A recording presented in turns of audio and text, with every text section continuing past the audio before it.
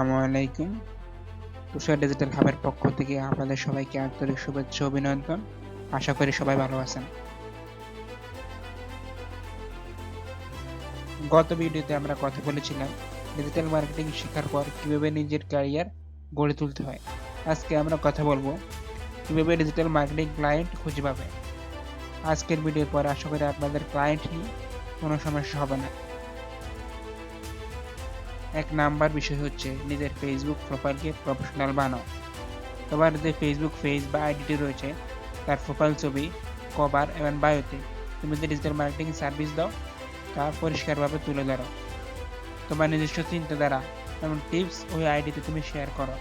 এছাড়া তুমি তোমার বন্ধু বান্ধবদের বলতে পারো, তাদেরকে জানাতে পারো, কেননা তোমার বন্ধু বান্ধবরাই হবে তোমার প্রথম ক্লায়েন্ট।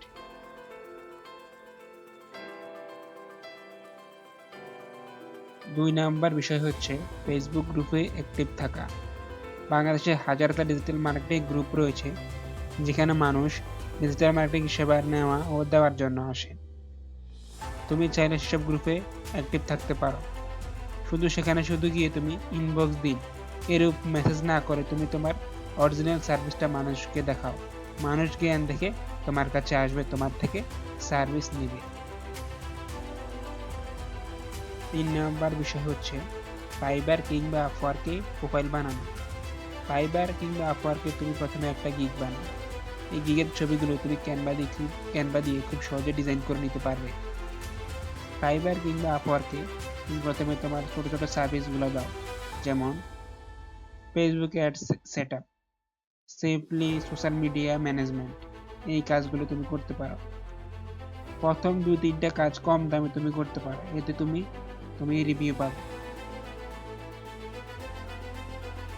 এর পরবর্তী বিষয় হচ্ছে নিজের পেজে ডেমো কাজ দেখাও।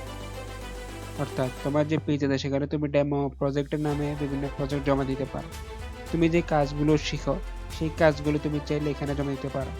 তুমি চাইলে তোমার নিজের পেজের মধ্যে ক্যাম্পেইন রান করে এর আগে ও পর রেজাল্টের স্ক্রিনশট নিয়ে তুমি তুলনা করে দিতে পারো। তাহলে ক্লায়েন্ট খুব সহজে বুঝতে পারবে, তোমার স্কিল সম্পর্কে জানতে পারবে, তারা বলবে না সে কাজটা পারে। সর্বশেষ বিষয় হচ্ছে পরিচিত সবার ব্যবসার জন্য ফ্রি বা কম দামে কাজ করো। তোমার আত্মীয় স্বজন, বন্ধু বান্ধব যারা আছে তাদের জন্য ফ্রি সার্ভিস বা কম দামে কিছু সার্ভিস দিয়ে দাও। তোমার আশেপাশে যাদের ছোট ব্যবসা বা ব্যবসা আছে তাদেরকে তুমি 1-2 সপ্তাহের ম্যানেজমেন্ট করে দাও। এতে করে তোমার দুটো জিনিস হবে, রিয়েল রেজাল্ট হবে এবং আরেকটা জিনিস হচ্ছে তোমার রেফারেন্স বা সুপারিশ হবে। যদি তোমার কাজের দ্বারা তার উপকার হয়, তার সার্ভিস বৃদ্ধি পায়, তার সেবা বা ক্রয় বৃদ্ধি পায়, তাহলে সে অন্য আরেকজনকে তোমাকে কাজ দেওয়ার জন্য সুপারিশ করবে।